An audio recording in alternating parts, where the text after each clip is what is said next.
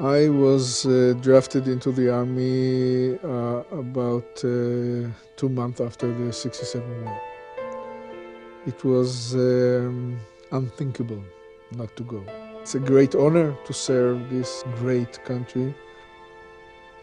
When I left the army, I didn't know what to do. I was 21 years old, and I wanted to study history and political science. So I went to the Hebrew University. And then the Yom Kippur War broke up. I was drafted for half a year. I lost many friends. And this was a turning point for me. The most important turning point was the decision to detach myself from any kind of involvement. Then I got into Bezalel Art School, and I finished it. And I was very, very cynical. I had only one thing on my mind, which is looking after my family. The rest of the world is not important. My daughter was murdered in a suicide bombing in Jerusalem. She was 14 years old. In the beginning, you are full of anger, and you try to pretend as if nothing had happened, try to go back to your normal life. And then you notice that nothing is the same. You're not the same person. Gradually, you understand that your basic definition as a human being has changed.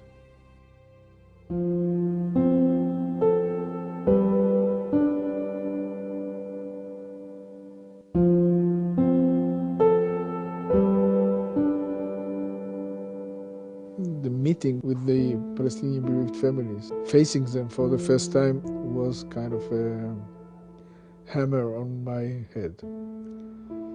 The group is a unique combination of people who paid the highest price possible. People who choose the path of reconciliation instead of revenge. And this is a group of people which I'm very proud to be part of. Once in a while you meet people which are your soulmates, which are your twins, people like Bassam Aramin. We went to their house to eat and they came to our house to eat, and you don't see such relationship between Israelis and Palestinian families.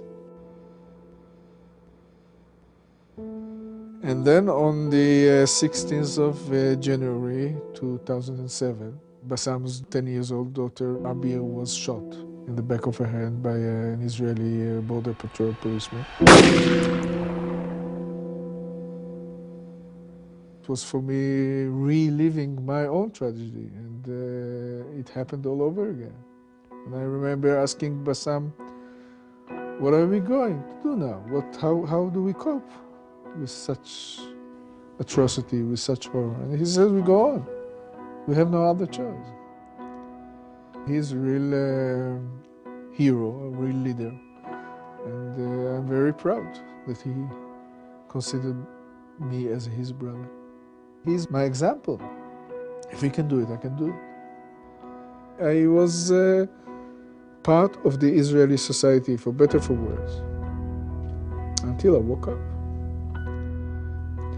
The waking up process is a very painful one, because you are fighting yourself, you are fighting your upbringing, you are fighting your the most basic values that you have.